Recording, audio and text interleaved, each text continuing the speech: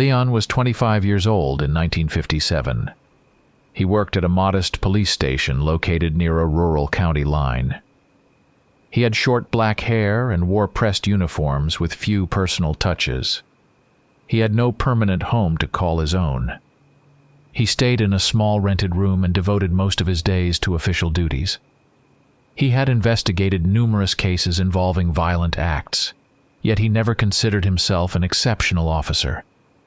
He saw his role as straightforward: observe, gather facts, and enforce the law. He arrived early for work each morning, often the first to scan the bulletin board for new assignments. His co-workers viewed him as quiet and disciplined, though they rarely invited him for coffee or conversation. Adam, his older partner, had joined the department a decade earlier. Adam had a broader frame, graying at the temples, and a demeanor that hinted at long nights spent poring over stale case files. He rarely spoke about his personal life, although Leon had once overheard that Adam lived on the outskirts of town with a sister who suffered from a chronic illness. Rumors circulated that Adam's dedication to overtime stemmed from the medical bills piling up at home. Regardless, he arrived at the station in a punctual manner and accepted difficult tasks without hesitation.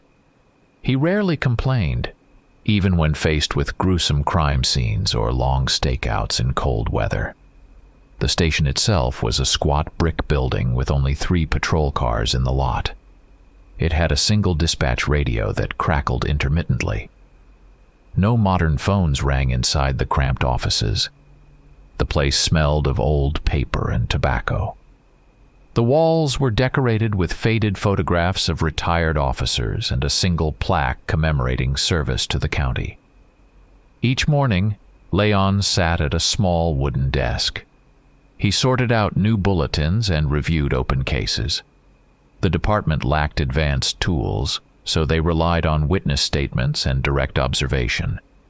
That evening, an urgent request came through. An unknown suspect was reportedly wandering deserted streets under suspicious circumstances. The limited details suggested a threat beyond typical disturbances. The chief summoned Leon and Adam into a cramped side office.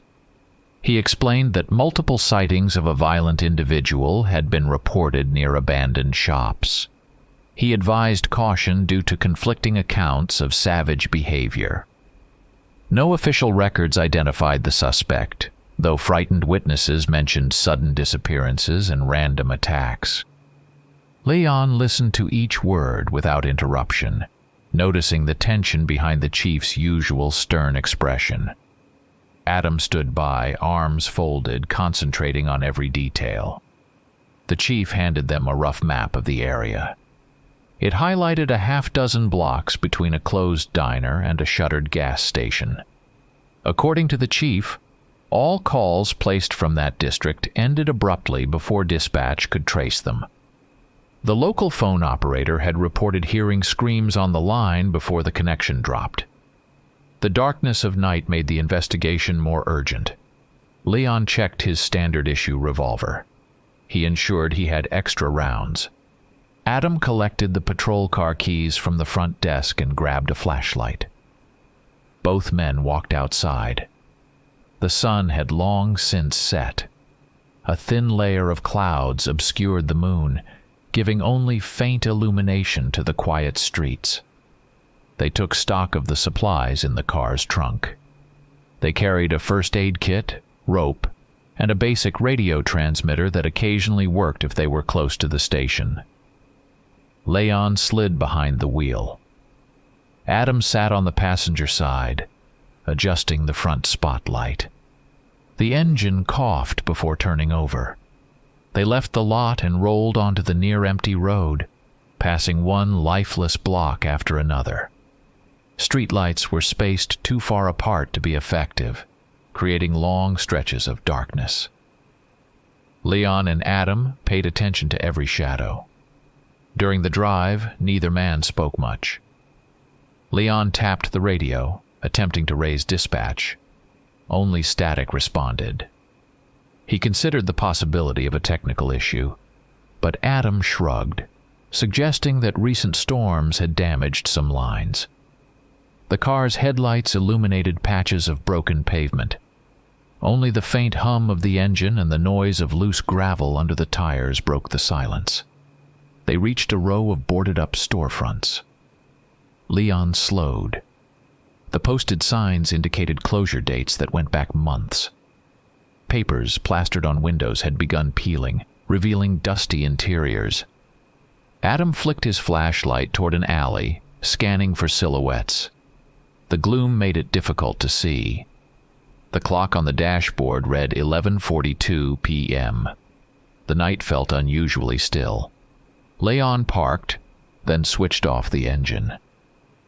The two men remained seated briefly, surveying their surroundings.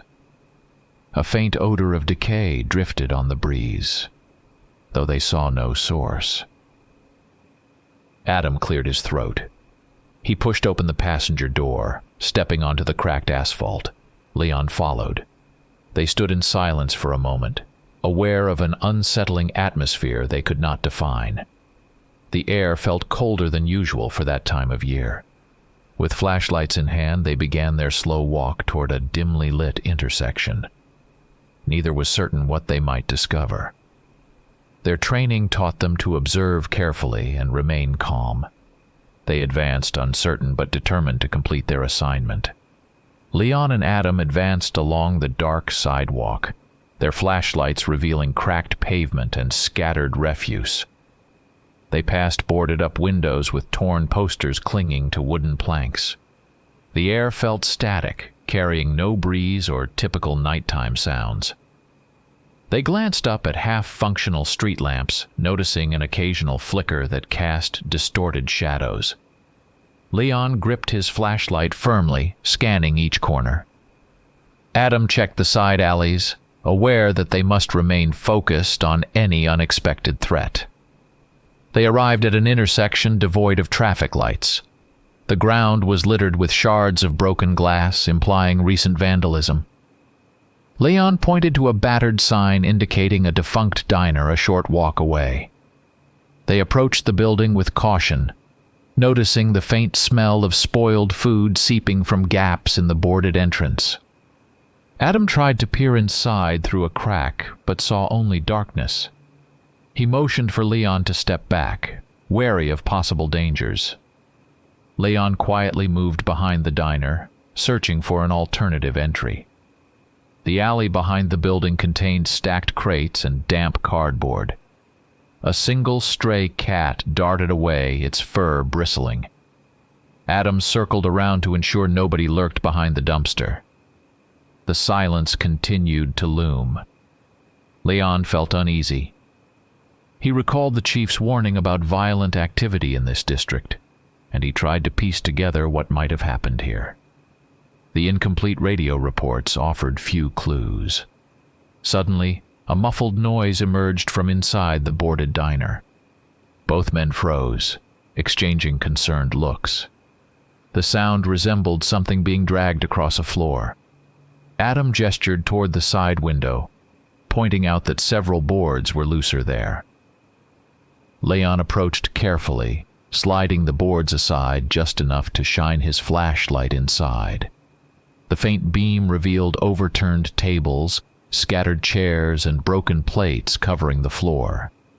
A thick layer of grime coated the countertops. Leon poked his head through the narrow opening. The stale air smelled of rotting produce and damp wood. He saw no immediate movement, although the dragging noise continued somewhere beyond the dining area. Adam stood guard outside, shining his flashlight from side to side. They had no radio signal and no backup nearby. Leon climbed through, placing his feet carefully on broken table legs and avoiding shards of glass. The noise echoed again, accompanied by a low rasp. Adam followed into the diner, his weapon drawn. Their flashlights revealed the full extent of disarray. The walls had deep scratches running in parallel lines, as if a large object had scraped the plaster. The once polished floor was covered with spilled drinks and congealed food scraps. Leon hesitated, noting footprints embedded in the sticky mess. The prints seemed human in shape, but displayed an irregular gait. They slowly followed the trail deeper into the establishment. In the kitchen area, they encountered a vacant cooking station with scattered knives and a dented refrigerator door. The dragging sound grew louder. Leon raised his flashlight, illuminating a doorway leading to a small storage room. A single overhead bulb flickered inside, casting unsteady light on boxes of old produce. The floor was smeared with a dark substance resembling dried blood. Adam's expression tightened, and he signaled Leon to remain cautious as they advanced. They pushed the door open and saw the source of the noise. A metal bucket scraped along the floor, partially filled with liquid. A figure crouched in the corner, facing away from them. The figure wore tattered clothing and moved its shoulders in small, rigid motions. Leon called out to identify themselves as police officers, but there was no verbal reply. The crouching person turned slightly, revealing pale skin and an unfocused gaze directed at the opposite wall. Leon repeated his command to stand and face them, but the individual continued to ignore him. Adam stepped forward, pivoting to approach from an angle. The figure then jerked its head around, revealing unnatural features. Its mouth seemed distorted, with dark stains around the lips. The eyes were hollow, lacking any identifiable human reaction. Leon tightened his grip on the flashlight. He recalled gruesome crime scene photos he had seen in old case files. The figure moved swiftly, knocking over the metal bucket. The liquid spilled across the floor, creating a rancid odor that made Leon's stomach churn. Adam took a step back, aiming his weapon. The figure showed no clear understanding of commands. It made a rasping noise and lunged in an erratic pattern. Leon dodged the attack and braced himself against a stack of boxes. Adam kept his firearm up, prepared to fire if the threat escalated further. Leon and Adam stood in the cramped storage room, flashlights shaking slightly as they kept their weapons raised. The pale figure had retreated behind toppled crates, making only slight movements. Leon felt his pulse quicken, aware that something unnatural was present in this enclosed space. Adam maintained a steady grip on his sidearm, his eyes fixed on the dark corner. They exchanged a quick glance, acknowledging they needed to control the situation without unnecessary force. Their mission demanded cautious evaluation. Slowly, Leon raised one hand, signaling Adam to stay back. He tried to speak in a calm tone, explaining that they were officers who intended no harm unless forced to act. The figure responded with shallow breathing and hissing sounds. A shiver went through Leon as he inched forward, never removing his finger from the trigger guard. Adam watched, stepping sideways to maintain a broader view of the space. They had limited information on this hostile presence, complicating every decision. Leon could discern no comprehensible words coming from the crouching individual. He repeated his request for cooperation, suggesting medical help if needed. The figure shifted weight from one foot to the other, then released a guttural sound that echoed against the walls. Leon glanced at Adam, who responded by tightening his stance. They stood a few yards away, uncertain whether the figure was armed or capable of speech. The tension rose, fueled by the smell and the lack of information. The figure suddenly staggered forward, causing Leon to level his weapon in warning. Adam shifted his position, securing a clear line of fire. They did not desire lethal measures without necessity. The figure's eyes remained fixed on the floor, and its movements lacked coordination. It displayed no sign of recognizing the officer's authority. Leon repeated a command to halt. The figure lifted its head, exhaling a rasp. Its arms twitched. A stillness followed, broken only by an intake of breath. Leon inhaled slowly, suspecting this individual might be severely injured or affected by something unknown. He attempted a measured approach, keeping his revolver pointed downward but ready. Adam stayed several feet behind, covering Leon's flank. The figure staggered again, stepping on fragments of broken crate, producing a scraping sound. Leon repeated a calm statement, urging compliance. The figure twitched its neck, then lurched to the right, colliding with a stack of tin cans. Metal clanged, echoing in the confined space. Leon stepped back to avoid any sudden movement. Adam circled around from the side, assessing the best angle for response. The figure sank to its knees, knocking cans across the floor. Its shoulders shook, producing a groan that hinted at distress. Leon wished to provide aid but remained cautious, recalling tales of unpredictable violence. He edged closer, flashlight aimed at the figure's face. Adam paused. They were not flanked by any unseen threat. The stench in the air truly intensified. The figure tilted its head, blinking once with what appeared to be a response. Leon could see veins across the figure's neck standing out beneath pale skin. Adam raised his flashlight, pointing the beam at the figure's hands. They showed dark stains around the fingers. Leon did not detect a weapon. The figure trembled, letting out a rasping breath. The moment felt suspended, with neither side certain of the next step. A drip from a faulty pipe underscored the scene. Deciding to act, Leon gestured for Adam to keep his firearm trained while he advanced. He knelt, setting his flashlight on the ground, illuminating the figure's face from below. The trembling grew slight, and the figure's mouth opened. Leon noticed gums and what seemed like incisors. He steadied himself, realizing that this was no typical suspect. Adam tensed, prepared for any sudden violence. A tang lingered in the air, intensifying Leon's sense of unease. Time felt distorted under these conditions. Leon gave Adam a brief nod, signaling that they should secure the area rather than attempt immediate apprehension. The figure crawled backward, pressing itself against a stained wall. Its breaths grew uneven, suggesting severe distress or uncontrolled aggression. Leon placed a hand on his radio, remembering the unreliable signal. He pressed the button, but received only static. Adam muttered that they needed to exit and regroup. Leon hesitated, unsure if they could leave this individual in such a volatile state. Yet protocol demanded caution, especially given the strange injuries and the unexplained behavior. He signaled Adam to cover him. Together they moved back toward the exit, each step measured deliberately.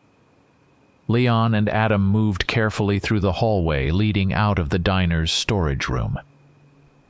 Their flashlights lit the discarded utensils and broken chairs that cluttered the corridors. They did not speak. They knew the figure they had left behind was not in any normal condition. Their priority was to escape the narrow passages and regain open space.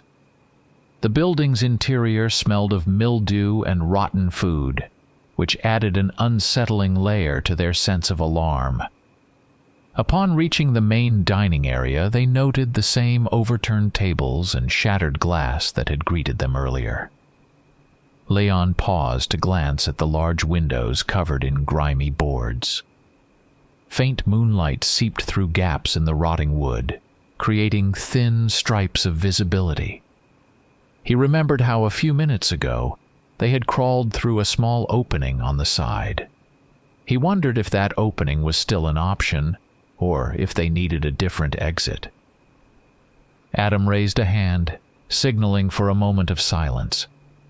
They listened, but the building felt still, with only distant drips and the low hum of wind outside. They inched toward the side window, retracing their route.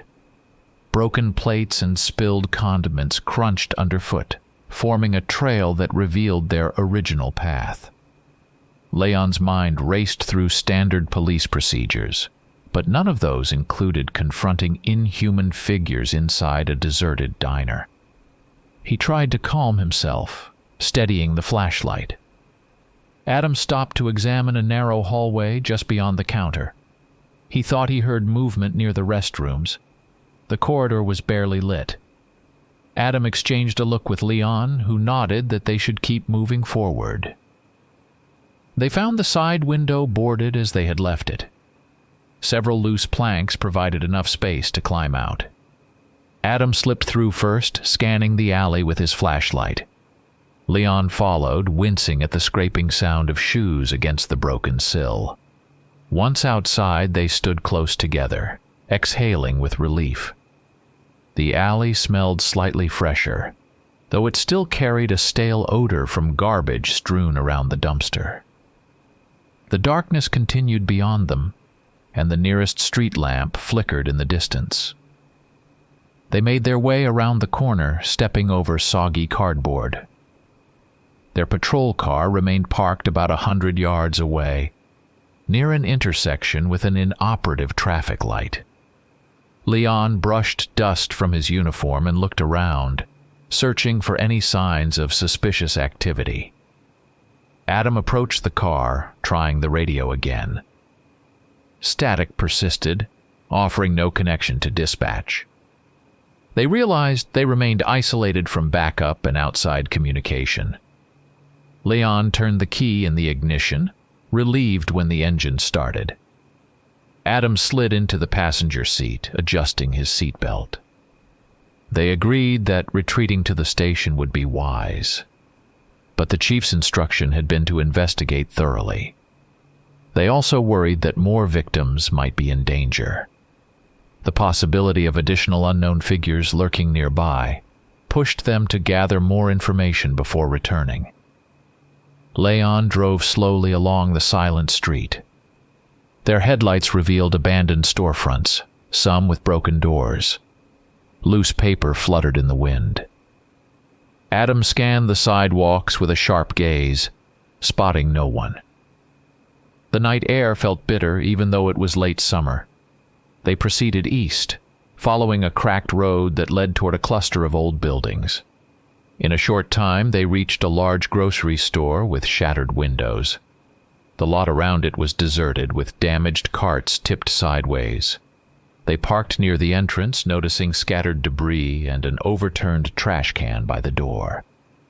Leon switched off the engine. The streetlight overhead flickered, dimly illuminating the battered entrance. Adam aimed his flashlight at the broken glass. Dried blood was visible on a section of the threshold. It appeared that some violent incident had taken place there, possibly earlier that night. They silently prepared to investigate, though they felt uneasy about entering another enclosed space after the diner. They exited the car and moved toward the doors, stepping around shards of glass. The store's interior lay in darkness, except for sporadic reflections of light on metal shelving. Adam listened for movement, pressing an ear to the broken doorframe. He heard only silence. They pushed the doors open wider, stepping into a space filled with scattered merchandise and more unidentifiable stains. Leon carefully shone his flashlight over the floor. Mixed footprints indicated frantic activity. Some patterns looked like regular shoes, while others seemed off, hinting that they might belong to whatever they had encountered earlier. They explored aisle by aisle. Bent metal racks and abandoned grocery items created obstacles. A faint odor of decay lingered, stronger near the produce section, where rotting fruits and vegetables lay strewn on the tiles. The overhead fixtures were damaged, with only occasional flickers that revealed shadows dancing along the shelves. Neither of them spoke about the figure in the diner. They each knew their duty included searching for survivors or additional threats. They recognized that something far more ominous than a typical crime spree was happening here, and they could only rely on each other's judgment. Leon and Adam walked slowly through the dimly lit grocery store. Their flashlights revealed disorganized aisles, toppled shelves, and items scattered underfoot. The store had once been a place where families purchased fresh produce and canned goods, but now it felt stripped of normal life. A subtle dripping sound echoed in the distance, possibly from a damaged pipe. A stale draft touched the back of Leon's neck, making him aware of how vulnerable they were. They noticed a trail of footprints in what appeared to be spilled sauce or congealed liquid. Some footprints were large, matching an adult's shoe. Others were irregular and lacked clear edges. Leon pointed out the inconsistent outlines, suggesting that something not quite human had moved through this area. Adam frowned, shining his flashlight further down the aisle. They followed the trail, advancing carefully among the debris. A distorted metallic noise startled them near a row of empty coolers. They paused. Leon aimed his flashlight to reveal a metal rack shaking on one end, but no visible cause. Adam kept his sidearm raised. The shaking subsided, leaving silence once again. Neither man saw any movement beyond that swaying rack. They pressed onward, stepping around piles of broken glass and spilled cereal. The gloom inside the store affected their perception of time. Near the far wall, they found the remains of a small office cubicle where store employees might have recorded inventory. The partition walls were cracked and a battered desk lay sideways. Papers were strewn around, many of them stained and unreadable. Leon approached the desk, noticing deep scratches across its surface. Adam stood behind him, observing the area for any threats. The smell of decay grew stronger. Leon crouched, trying to read the words on a partially intact sheet of paper. It appeared to be a delivery log from weeks ago.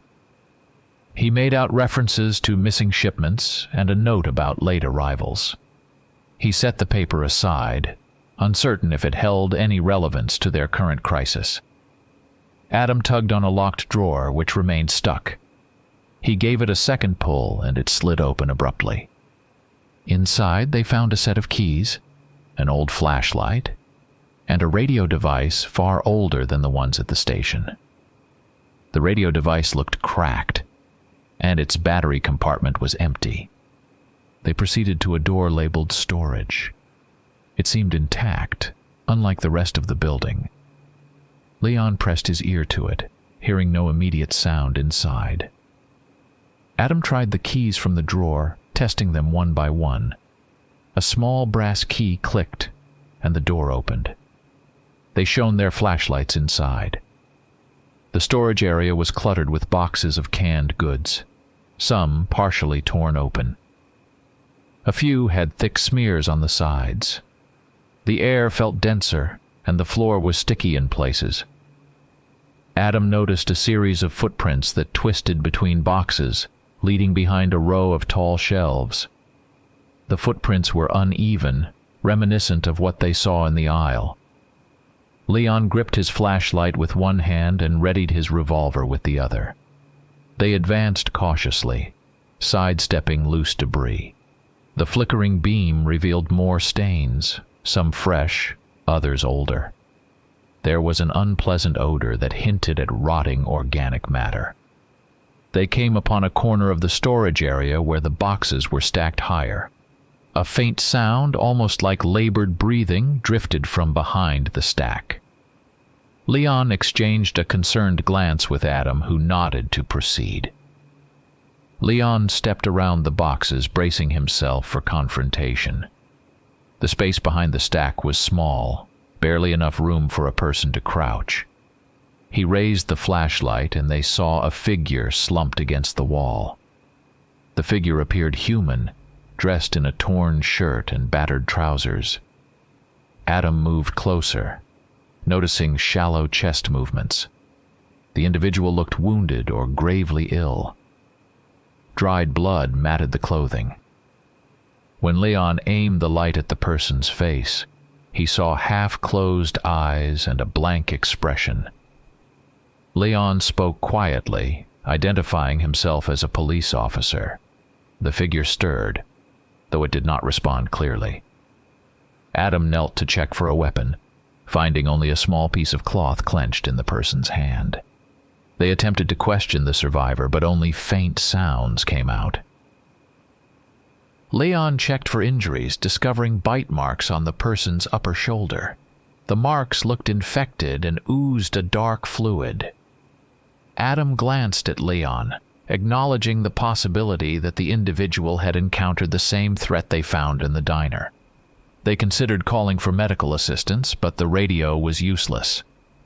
The person's breathing was irregular and the skin felt cold. Leon and Adam examined the wounded individual in the cramped space behind the boxes. The person's eyes fluttered weakly, and the shallow breathing suggested grave danger.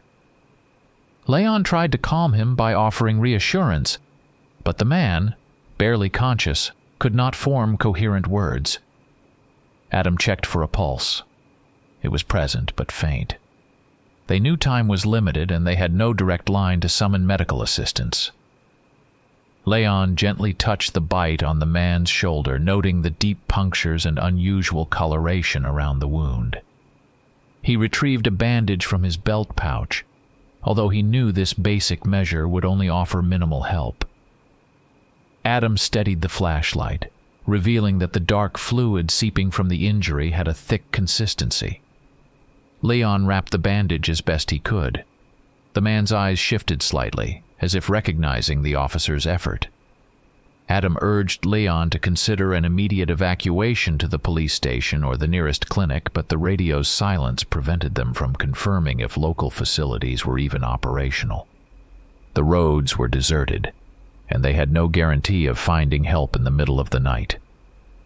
They briefly contemplated leaving the man here to search for additional survivors or a working phone line. Leon dismissed that idea, convinced they could not abandon someone in such a condition. Carefully, they helped the man to his feet. He wavered, leaning against Leon for support.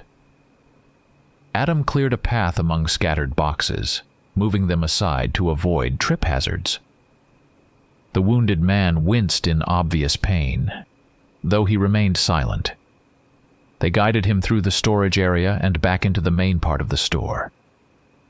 The route felt longer now that they had a person in tow. Leon's flashlight scanned the aisle for any signs of danger. Adam checked behind them repeatedly. Progress was slow. The store's hazards forced them to pause several times.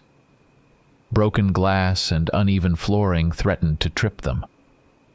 Occasionally the man moaned, but he never spoke a full sentence. Leon felt uneasy. He recalled the altered figure in the diner and the uncertain nature of these attacks. He feared that the bite might cause irreversible harm. He focused on the immediate goal, getting everyone out safely. They reached the front entrance. The man leaned heavily on Leon's shoulder. Adam looked through the shattered doors, verifying that the parking lot was still empty. A light breeze swept through the opening, carrying the scent of garbage and stale air. The street lamp flickered, revealing their patrol car parked where they had left it. They helped the man onto the sidewalk, staying alert for any movement. The night remained quiet, offering a false sense of security. Adam hurried ahead to open the patrol car's rear door. Leon guided the man inside, securing him on the seat. A quick assessment confirmed that the man's breathing was still labored, but he was alive. They both paused, debating whether to keep searching the area for other survivors. The wounded man appeared helpless, and they could not leave him alone in the car. They decided to prioritize medical attention. Even if they could not reach the station's dispatcher, they could attempt to reach another phone or find a hospital on the way. Leon climbed into the driver's seat and started the engine. Adam fastened his seatbelt in the front passenger seat, watching the rearview mirror for any change in the man's condition. They pulled onto the cracked roadway, the headlights cutting through the darkness. Leon navigated around abandoned vehicles, broken lampposts, and random debris. The scene resembled a place that had been deserted for far longer than a few weeks. After traveling several blocks, they saw a small pharmacy with shattered windows.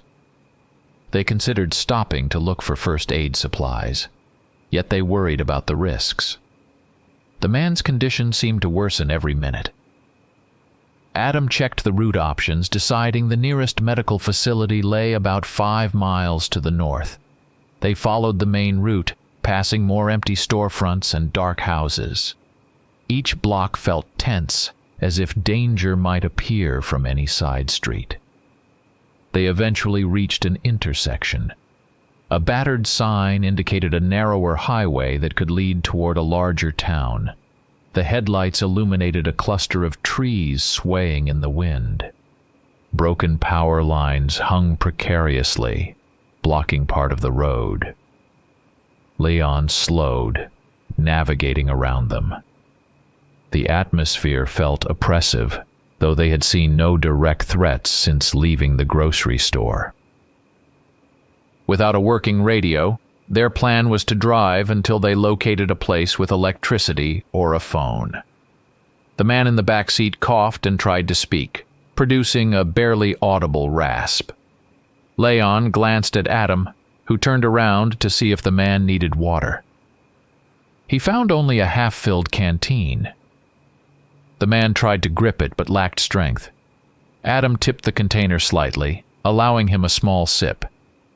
The man's eyes closed again, leaving them with more questions than answers. Leon kept one hand firmly on the steering wheel, glancing at the rearview mirror to check on the wounded passenger. Adam sat beside him, scanning the road ahead. The man in the back seat was barely conscious. His breathing remained shallow, and his eyelids fluttered whenever the car hit a bump. In the absence of functioning radios or telephones, Leon and Adam clung to the slim hope that the local clinic or hospital might still be staffed. They continued north, trying to recall which roads would lead them to better infrastructure. Their patrol car's headlights revealed damaged signs, broken fences, and scattered debris on the pavement. In the distance, a full moon hung low, partially veiled by drifting clouds. The countryside beyond the roadside looked silent and unwelcoming. Adam noticed a faint glow ahead, perhaps a set of street lamps or an isolated house with power. He tapped Leon's arm, pointing toward a faint glimmer. As they approached, they realized the light came from a small property behind a chain-link fence. A single lamp burned near an open gate. Leon eased the patrol car onto the gravel shoulder, aware they risked losing time if this place offered no real assistance. Still, they had few alternatives. Adam stepped out first, scanning the yard with a flashlight. The man in the back seat stirred, releasing a pained groan. Leon assured him they would find help soon. The gate creaked on rusty hinges when Adam pushed it. A paved walkway led to a wooden porch. The structure resembled a modest farmhouse with chipped paint and sagging shutters. One upstairs window emitted a warm light. The front door was partially ajar. Leon moved slowly up the porch steps, calling out to identify himself as a police officer. No voice answered. Inside, a musty odor greeted them.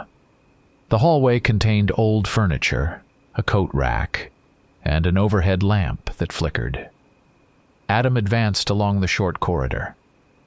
Leon waited in the entryway, torn between searching the house and staying with the injured man in the car.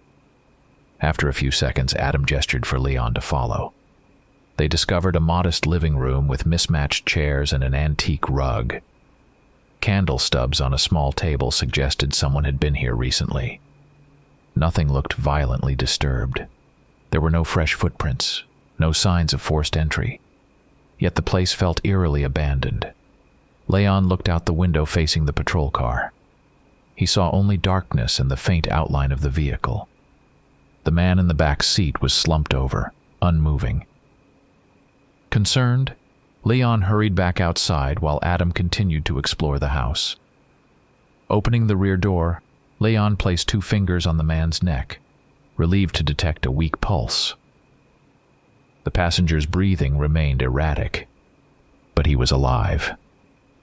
Leon murmured words of reassurance, though the man offered no sign of awareness. Suddenly, Leon heard a noise from behind the house. He gripped his flashlight and aimed its beam across the yard. Overgrown hedges and an abandoned shed lurked in the gloom. The moon provided little additional light. He walked closer to the fence line, stepping carefully over tangled weeds. An uneasy feeling rose in his chest when he saw footprints leading from the fence toward the back of the farmhouse. They were large, deep impressions in the soft soil. He called Adam's name. Adam emerged from the house, eyebrows raised in question. Leon pointed out the footprints. Adam approached, shining his flashlight on the trail. The footprints resembled those made by bare feet, yet they seemed unusually long, with claw-like imprints at the toes. Both men exchanged a tense look. They recalled the bizarre figure in the diner and the stories of unidentifiable creatures. The condition of the wounded man in their patrol car hinted that more than one threat lurked in the region. Leon drew his revolver. Adam did the same, stepping forward to follow the tracks. They advanced slowly around the corner of the farmhouse. An unlit barn stood behind it, its doors slightly open.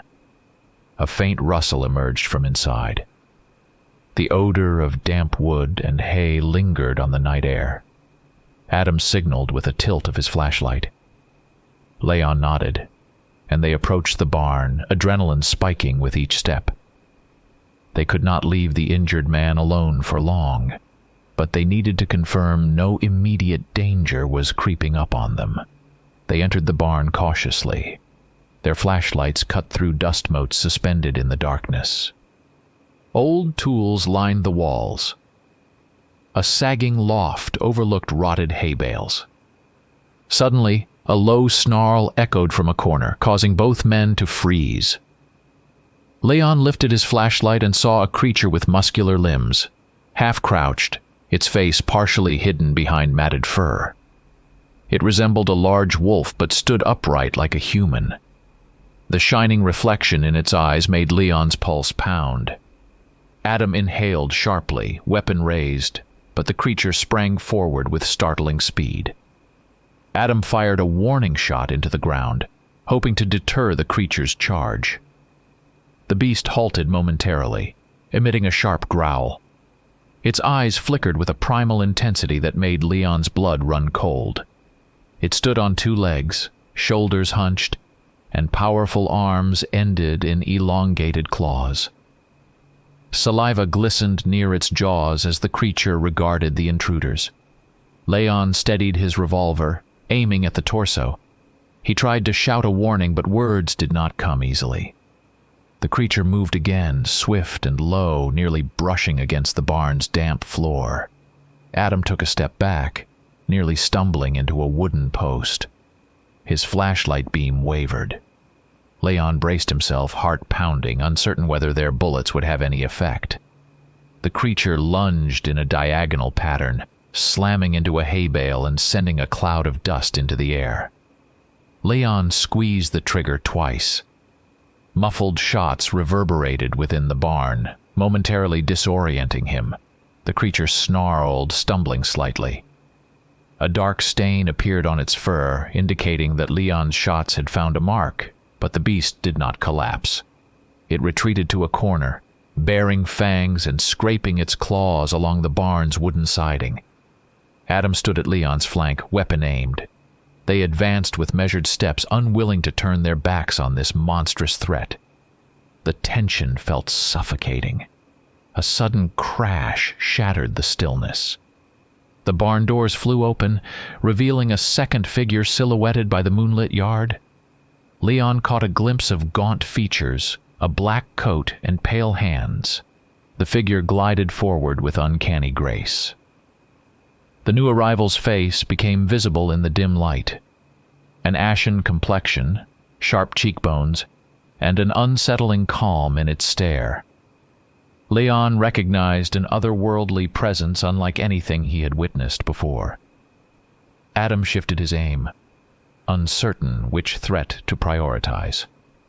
The creature in the corner snarled anew, though it appeared hesitant at the sight of this pale stranger. An uneasy standoff formed among the three parties. Leon and Adam, the wolf-like beast, and the silent figure radiating a cold aura. The figure moved closer, ignoring the guns and the monstrous predator. Dark eyes landed on Leon's revolver, then flicked toward the creature's wounded flank. The tension in the air was electric, and Leon sensed that neither the beast nor this newcomer was entirely human. In a sudden blur of motion, the pale stranger lunged forward with surprising speed. Leon watched as the figure seized the creature's forearm. Their combined strength tore splinters from the barn wall. The beast emitted a deep roar, thrashing in an attempt to break free. The pale figure bared elongated teeth that resembled fangs, clamping them onto the creature's shoulder. Leon blinked in shock, confirming he was staring at an actual vampire sinking its teeth into a werewolf's flesh. The creature howled, flailing wildly. Wooden boards cracked under its powerful limbs. The vampire's hold remained firm, drawing out a thin line of dark fluid from the wound. Adam, uncertain of how to intervene, kept his weapon raised but could not find a clear shot. Leon felt a surge of dread and confusion. He struggled to comprehend the surreal battle unfolding before him. Suddenly, the werewolf forced the vampire away with a backhanded strike. The pale figure staggered, regaining balance in a fluid motion. The werewolf's breathing was ragged, and fresh blood trickled from its shoulder. Its eyes flashed with pain and rage. The vampire hissed, stepping sideways. Adam and Leon realized that their presence had become secondary to these two powerful entities locked in a grim contest. Each beast glared at the other as if centuries of hatred fed their aggression. Leon stepped back, nudging Adam, and they moved cautiously toward the barn door.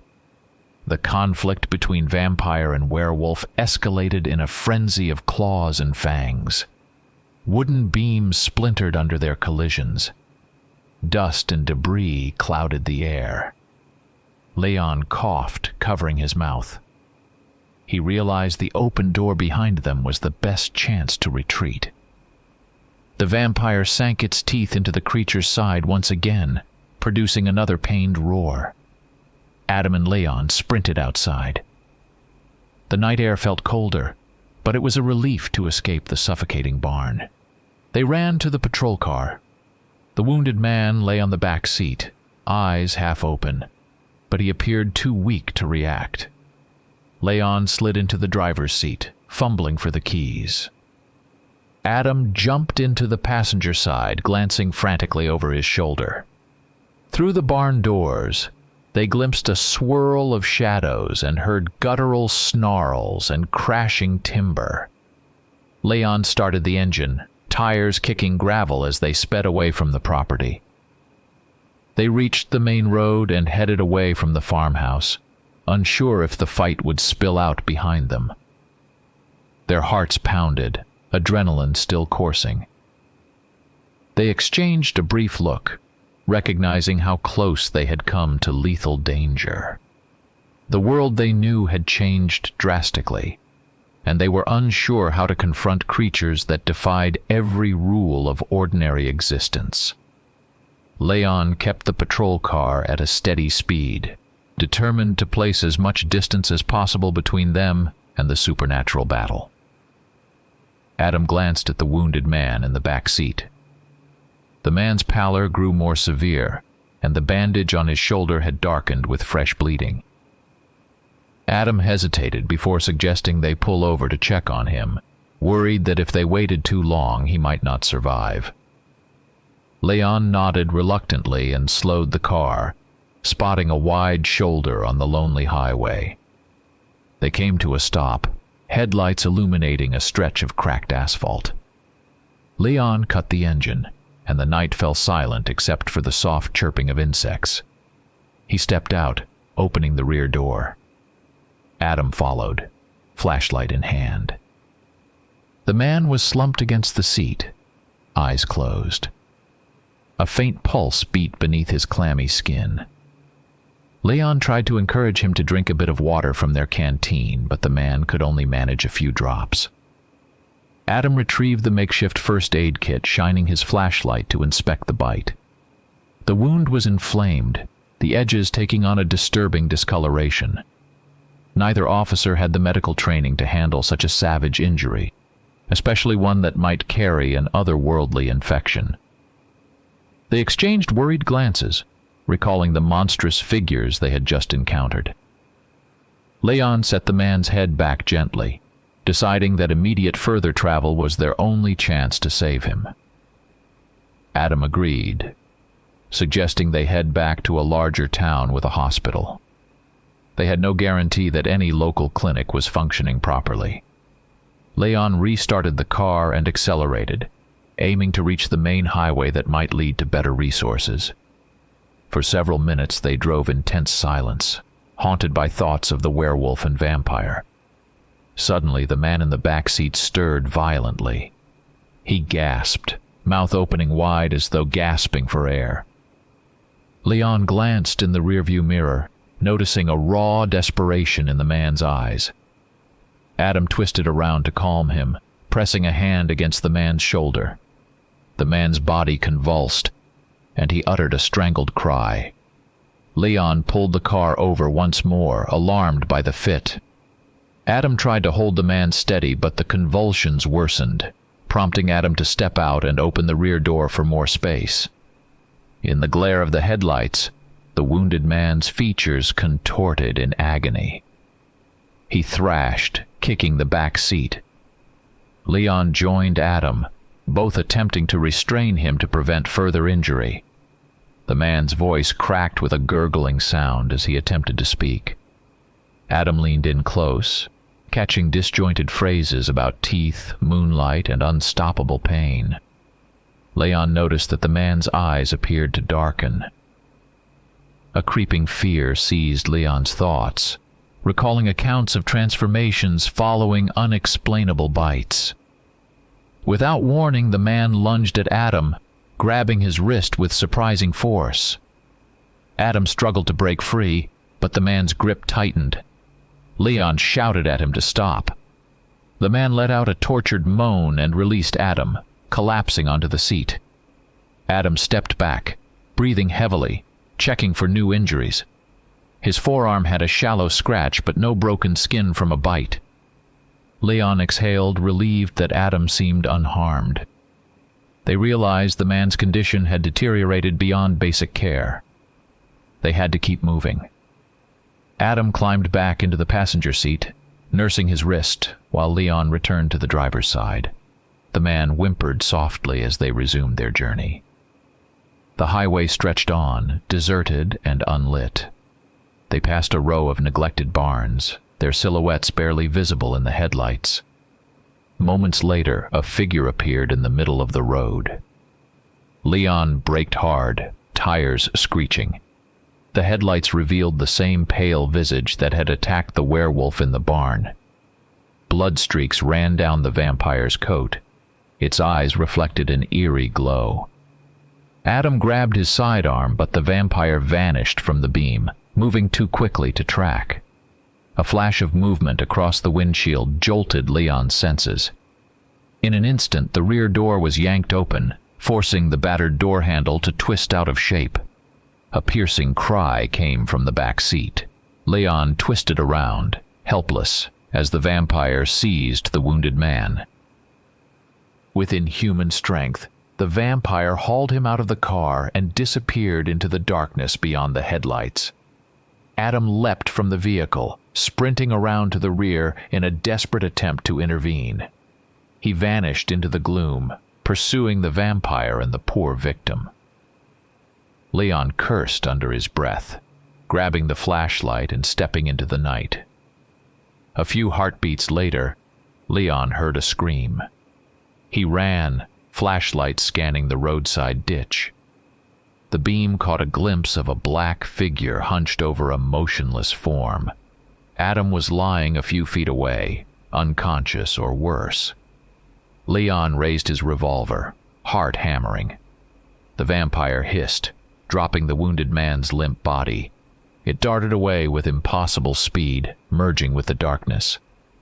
Leon reached Adam, discovering deep lacerations on his chest. Adam's breathing was faint, and within seconds, he grew still. Leon stared at Adam's body in the faint beam of his flashlight. He knelt, pressing 2 trembling fingers against Adam's neck. No pulse responded. The deep lacerations across Adam's chest left no doubt that his partner was gone. Leon swallowed hard, overcome by a hollow sensation. For a few seconds, he did not know if he possessed the strength to move forward alone. He took a shaky breath, then lifted his head to scan the darkness where the vampire had vanished. Anger and fear mixed with sorrow, but he knew there was nothing more he could do at that roadside. He had to return to the station and report what had happened.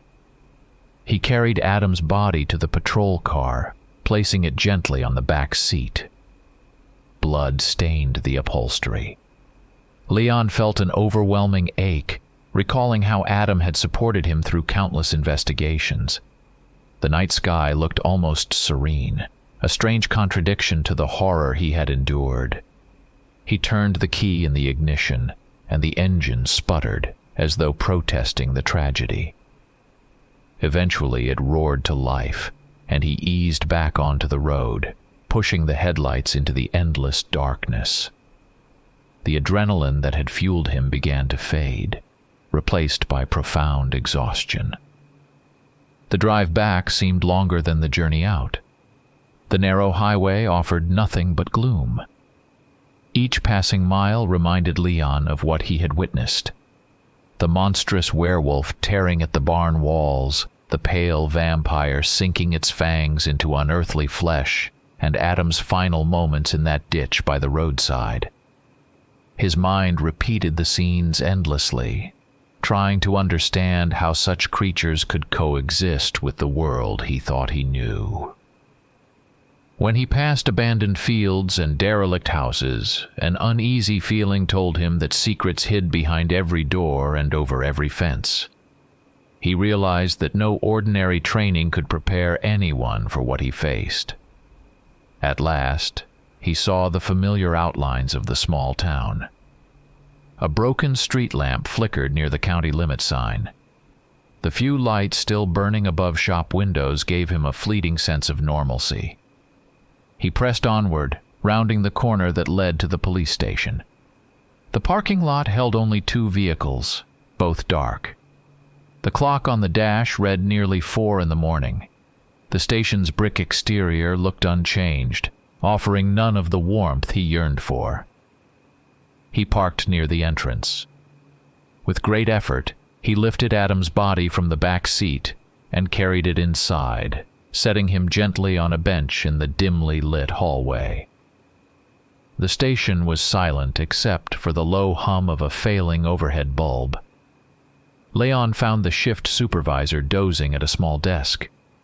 The officer stirred awake when he saw Leon's anguished face and the form draped on the bench. Leon began to speak, describing events in a monotone voice. He detailed the horrifying deaths, the monstrous creatures, and the frantic pursuit that ended in tragedy. Exhaustion made his words feel heavy. The shift supervisor stared at him with a wary expression, as though suspecting delirium or shock. He summoned the few remaining night duty staff, who converged around Leon with skeptical questions. Leon repeated his account. The scattered bodies in deserted streets, the savage figure in the diner, the injured survivor, and the lethal encounter with both a werewolf and a vampire. The staff exchanged uneasy glances. One officer checked Adam's body for a pulse, confirming what Leon already knew. Another tried the radio channels, finding they functioned normally at the station. A cruel irony that they had failed in the field. As dawn approached, more officers arrived. The chief eventually stepped in, weary-eyed and concerned. Leon explained the night's events once again, hoping the weight of Adam's death would lend credibility. Yet, the looks he received ranged from confusion to outright disbelief. A few colleagues whispered among themselves, proposing that shock had disordered Leon's mind.